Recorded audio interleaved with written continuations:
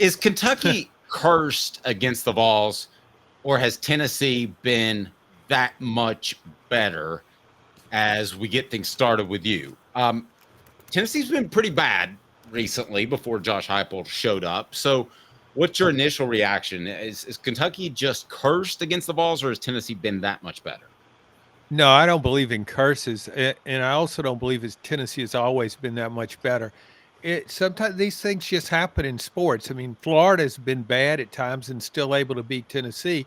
Had horrible coaches at times, still able to beat Tennessee. Kentucky, a number of times since I've been here. Let's see this. It's 36 of 39. Tennessee has won. Really? Um, so I've been here for most of those. There were times where Kentucky had the better team. Not many times, but sometimes it did.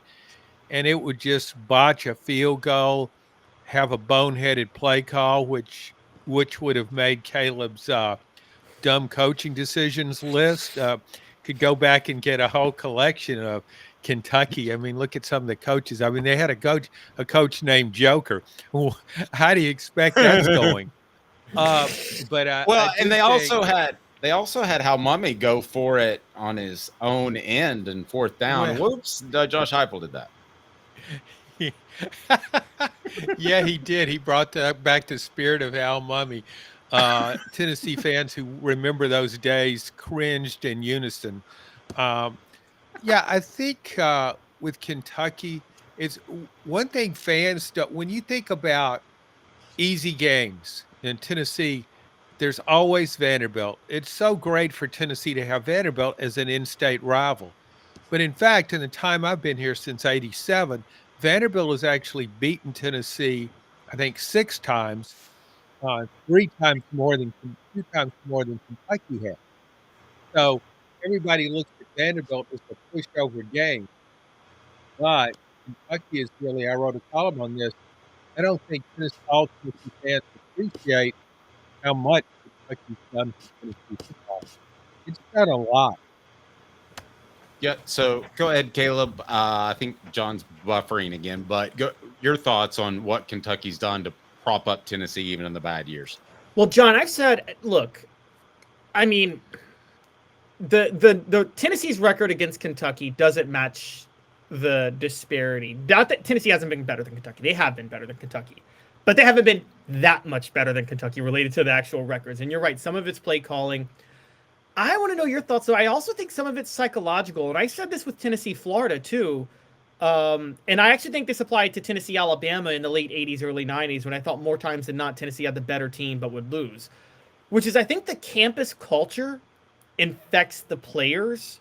So they start to feel their mistakes get more magnified in these type of games. So Tennessee feels the pressure when they face Florida. Kentucky feels it when they face Tennessee. And I want to know your thoughts on that. Well, that's a possibility because the players weren't here for all those losses, obviously.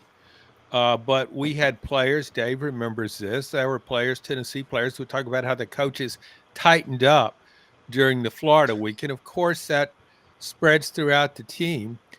They pick up on these things. They take the cue from their coaches. Kentucky, as far as on campus, I mean, I still wonder with Kentucky, I mean, it's more of a basketball school. Let's face it. I don't know if the players are as conscious based on what they get from fellow students, the fans, about how the rivalry has gone. Because it's not as though Kentucky's been contending for championships. At least in its better years, Tennessee and Florida both contended for championships and sometimes won them. So I don't know if it's as much of a factor, but it could be. I don't rule that out, but it's happened a lot of times. I always think of this Rich Brooks, who was a good coach at Kentucky. You get down to the 1 yard line. It was inside the 5, and he kicked a field goal, I think, to send it into overtime. Well, you're Kentucky. You're not supposed to beat Tennessee, so you got a yard or two. Go for it. I mean, you're going to have a better chance of making that than you would, say, winning in overtime. So I think that might be a factor. Sure. John, portions of the program brought to you by the UPS Store Hardin Valley, helping individuals and small businesses, wide range of products and services locally owned and operated. The link right down below, operated by Tennessee ball fans as well. John, I go back to the Tennessee-Florida series when I do think it was mental for the Vols. And I think they heard about it going to class. I don't know really that players have to go to class anymore, so that might not be a factor. But You're saying they went to class. You're saying they went to class back then? Well, they were supposed to. I don't know nowadays if it's nearly as important. Oh, okay. Yes. I mean, when I hear of players spending 16 hours or 14 hours or 12 hours in the facility, it makes you wonder what's happening at Geology 101. Yeah. Yeah. I mean, That would be Geology 1, not 101. Go ahead. that's right. Rock, not a rock. All right. So, John, Stone. all right. By the way, brought to you by the Hemp House, hemphousechat with2ts.com. John, so with the Tennessee-Florida series, how many times did you think that Tennessee legitimately had the better team? Because I thought that was overblown in a lot of different times. Yeah, there were times. I thought though in 97 and 99 when Tennessee lost to Florida, those were big games back then. Those were good teams challenging for championships. And you look at the 98 team when Tennessee won, I thought Tennessee, you could make a case that Florida was the better team on that night. They piled up yardage, just kept shooting themselves in the foot, fumbled, all that kind of stuff. But I thought the 97 and 99 teams, as talented as they were for Tennessee, could have won in the swamp very easily, and they didn't. I think that was a factor, the psychology of it. That's the thing about psychology, to me, factored more into that series than it did Tennessee and Kentucky, because often so much was at stake when Tennessee played Florida back in the 90s. So, yeah, you're going to hear so much about that game because it wasn't just losing a game. It was often losing a shot at a championship, maybe even a national title. So I think the psychology that you guys are talking about mattered more then. All right, John, I want you to comment on something real quick because I am going to give a quick history lesson on the insanity of the Tennessee-Kentucky series real quick.